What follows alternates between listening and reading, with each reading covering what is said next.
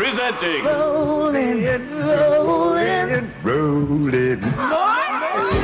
From the nation's capital, Washington, D.C., Roland Martin. Good morning. Hey, Tom, Sybil, and Guy. Hey, going to be Los Angeles on Friday. XQ America is having their big live show out there, and Roland Martin Unfiltered is going to be broadcasting live from L.A. on Friday. So looking forward to that. It's going to be a great, great time. And since I'll be out in L.A., maybe I can drive by and talk to some of these white folks who got arrested yesterday. Man, big news conference in Boston where the FBI announced that 33 individuals had been charged with conspiracy to commit mail fraud and honest services mail fraud for participating in what they call the largest college admissions scam ever prosecuted by the Department of Justice. They've included actresses Felicity Huffman and Full House actress Lori Loughlin, other folks, CEOs, law firm leaders, all kind of folks, 11 folks in Los Angeles. And man, this scheme was unbelievable. Where they were literally paying people, paying this guy who had a nonprofit to some of them to pose as athletes. Some of them had folks taking their SAT tests for them. I mean, all kinds of fraud, including folks, universities, Yale University, Stanford, University of Texas, University of Southern California, University of California, Los Angeles, all these different schools. Joining us right now is legal analyst and attorney Monique Presley. Monique, I'm telling you, it is what they did here was unbelievable. And in one case, this parent dropped $1.2 million to get their child into Georgetown. This is crazy. Right. This is an education crime syndicate, Roland. Good morning, everybody. This is not paying money to get your name on a brand new building at a university, thinking that then the university will give some favor to your child. This is defrauding universities and stealing scholarship money and slots from people who deserve them, who have actually earned them, and doing it all for cold hard cash. And as you said, to the tune of over $1 million. And some people are likely going to go to jail since the ringleader singer has already admitted guilt and is going to take a plea and then is going to sing like a canary. You have one woman, Donna Heinold. She was the highest ranking woman in the USC athletic department. And this one dude made up this profile, and they got her on these recordings where she said, "I loved it. It was really well done. And going forward, anybody who isn't a real basketball player that's a female, I want you to use that profile going forward." I mean, they went to extremes in case one parent used a photo of another person pole vaulting and say, "Oh no, that's my child right here." I mean, they just made up stuff out of thin air. Right. They made up bios. They sent their children to psychologists to make up diagnoses as special education and say that they then needed special testing environment. And then they sent in these proctors who had been bribed from the university to be the proctors of the test in the special environment. All of this was done to take students who were subpar and get them into these Ivy League schools. And the thing that's important to me, Roland, is people are trying to draw these false equivalencies between this and affirmative action, and they have nothing to do with each other. Affirmative action takes people of color who have not had opportunities for higher learning and therefore need the playing field to be leveled through affirmative action on the part of universities.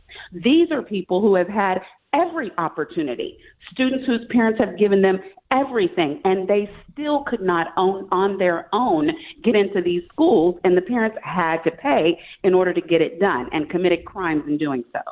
I was really sitting here, I was like, man, I was praying wasn't no black folks involved, because you know what, no black folks spend all this kind of damn money to get their little badass kid in school. But the former Yale soccer coach, the former Yale University women's soccer coach, Rudy Meredith, he took $400,000. They got him also on a recording requesting $450,000 from another parent as well. And then there were 3 Texas residents who were busted, including Lisa Nikki Williams out of Houston. Why she had to be also a public teacher helper at my damn high school. They busted this sister. I don't know who she is.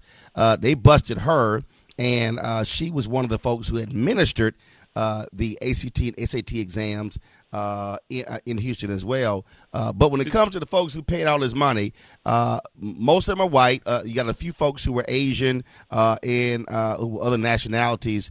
And, I mean, they had their own little racket going, and they were also giving the money to a nonprofit and also getting a tax break.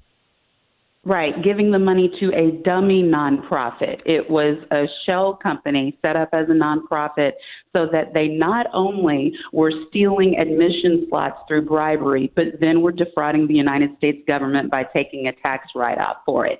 And this is the epitome of white privilege, because what you do is not only a crime, but you make sure that it pays for you. And it's an abomination. This flies in the face of everything we've been doing for the past 40, 50 years to try to make education a level playing field for people who have been deprived of the education. Monique now, here's Presley, what I'm really paying attention to. Remember, we just had this scandal. We still have it in college basketball, where these coaches were using intermediaries and giving money to players' parents or whatever to ensure they would arrive at these different schools. Now, the FBI was involved in that. They've had people who pled guilty and have been found guilty. It's going to be very interesting. Some of them are going. They all going to prison. Okay, including the former Adidas executives. It's going to be interesting to see if these folks get any plea deals and if any of these people serve time in prison. Monique. The U.S. attorneys are probably going to have to be real careful about that, because folks are going to be saying, wait a minute, somebody here has to go to jail. Monique, let me ask you this, and Roland, because I'm wondering about the testing systems, the SAT and the ACT, and what this says about them and the reliability and how we can trust them, and about young people. You know, we were talking about this off the air. The young woman in Florida who had Ben Crump as her attorney when she was trying to verify her scores with the SAT people, Camilla Campbell, I believe. Is her name. So what does that mean for the future of our children and these testing services as well? Well, first of all, we know that historically children of color can test poorly and still do well in school because the standardized tests are skewed toward an experience that's different than ours. There are cultural things that are embedded in the testing that have never come fully out of it that affect the manner in which our children test.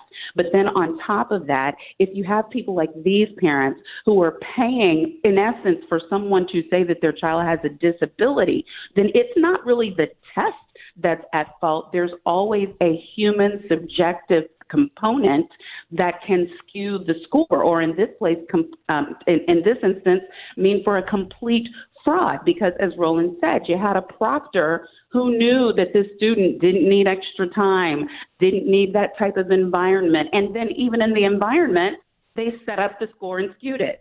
So we've got a lot of work to do. Some of these folks, hey, they got to go to jail. This bribery is on a whole other level, and so I'm not looking for any sweetheart deals here. It's nonviolent offenses, Roland. You know how I feel about that. You don't take the ass to jail. Rich white folks got to go too. So much for that level playing field.